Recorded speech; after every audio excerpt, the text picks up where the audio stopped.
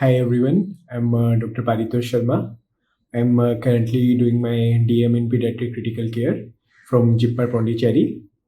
I got rank 2 in INI Super Specialty Pediatric Critical Care exam, and I'm gonna talk to you guys about time management today. Ironically, I moved from Chandigarh. Actually, I belong from Chamba, Himachal Pradesh. I was doing my MD from PGI Chandigarh. Now I moved to Pondicherry.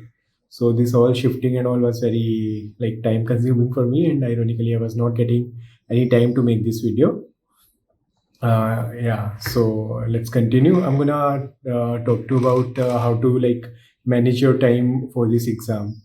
So when I talk to you about this time management, I'll talk about what long term we have to do and what short term we have to do.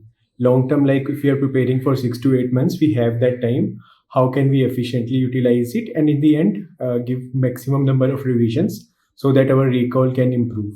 Second thing, daily things that I used to do that I found helpful, and maybe you guys will find it helpful too. So we'll talk about this in long term and short term. In long term, I'll talk about use of prospective calendar, and in short term, I will talk about the use of daily routines and some apps I used to use for this purpose. So let's go into it. Actually, for long term, what I used to do, first of all, I used to make a prospective calendar. So, what is prospective calendar and how to use it? So, normally when we make calendars, it is like we set the this topic I want to read, or like this is the date, and on this date I will do these topics. So, okay, that is a traditional method, and I also used to do that. But what else I used to do?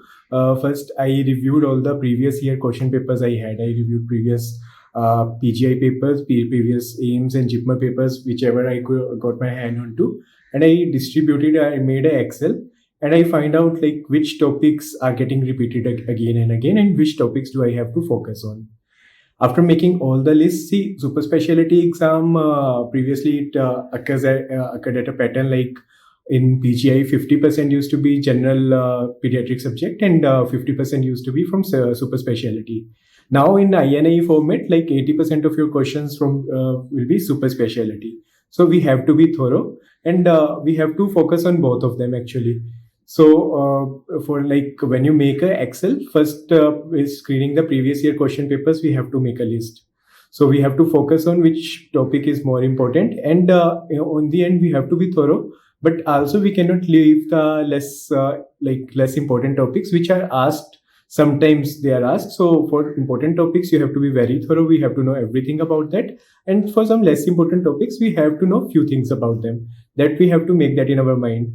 When we make the Excel, when you start revising, like what I used to do after that list, I used to make an Excel and I used to color code it. So like if I am able to, when revising, I'm talking about this revision during this phase of time. When I am reading it the first time, after reading, I used to do some questions and recall it. If I'm able to recall it good, then I used to give it a green color coding. Otherwise, yellow or red. You can use your own color coding. So whenever I used to I finished all the topics I made in that Excel. I finished all those topics and I color coded them accordingly. So those topics which I was having a hard time to recall, I made them color coded them red. So what I used to do next revision, I used to do those topics more frequently. And the topics which I had a good grasp on, I used to do them less frequently. So I color coded them and it helped me in my revision. And by the time of my exam, I revised the tough topics and again, and everything was in a yellow or green zone for me. So that is a thing of prospective calendar. You don't like previously decide this is the date I will do this topic only. We just make the list of the topics, and on that day, whatever you feel like reading, like you have to read all of that. It's not like we have to go systematically. It's not like will give a go haphazardly this topic and that topic. We'll normally go systematically, but this in that topic, subtopics, you have to be covered all of it. So this is the thing about prospective calendars. Second thing, in short term, what I want to talk about is like what I used to do. See, like everybody have their different methods, and I'm no expert in time management, but yeah, these things worked out for me. So I used to have a routine. Okay, it's like I had a time. I had a little bit of time for the last during my preparation period. I hadn't joined any like a hospital. I was not working. So what I used to do, used to wake up at 7 a.m. I used to do some stretches or something if you want to do, just to get you in the like groove. You can have. I used to have coffee every day. That's your choice. You can have a tea or coffee, and then you have to just visualize what you're gonna do throughout the day. So what topics you're gonna read. When you decide like, yeah, this is the topic I want to read, you check your previous Excel that you have made, and you check your previous year question papers. The question papers which you have a previous year, you can classify, reclassify the questions in there according to the topics. So just go through those questions before just start reading. Get into the habit ki what kind of questions are asked, what is the level of the question that is asked, and how thorough you have to be. So after you make a list, just go on through your day and do some in after like you're reading for now you have to see ki you wanna do how long you wanna make your study sessions. The two things are there. If either you can make them longer session with a smaller breaks in between, or you can make it what I used to do. I used to do a 30 to 40 minute session and have a 5 to 10 minutes break. And after each 3 to 4 session, I used to have a large break too. But you have to those 30 to 40 minutes. You have to be entirely focused. Yeah, this is the part I want to study for this time, and this you have to finish by the end of the day. Okay, when we are like in the morning, afternoon, that is the most productive time, but in the end of the day we start getting a bit lazy and tired also. So in the evening we can you can go do some whatever you like to do, you can do for 1 to 2 hours. And in the after dinner I used to do these questions, whatever topics I used to read in the day. I used to do question banks or major test. In that, PrepLadder has a great selection of question bank, and it helped me a lot. So they have divided it according to topic wise, and it generally helps you a lot to do all those questions simultaneously. So it helps you in a active recall. So this was the short-term daily routine I had. Other thing I used to do was use a few apps.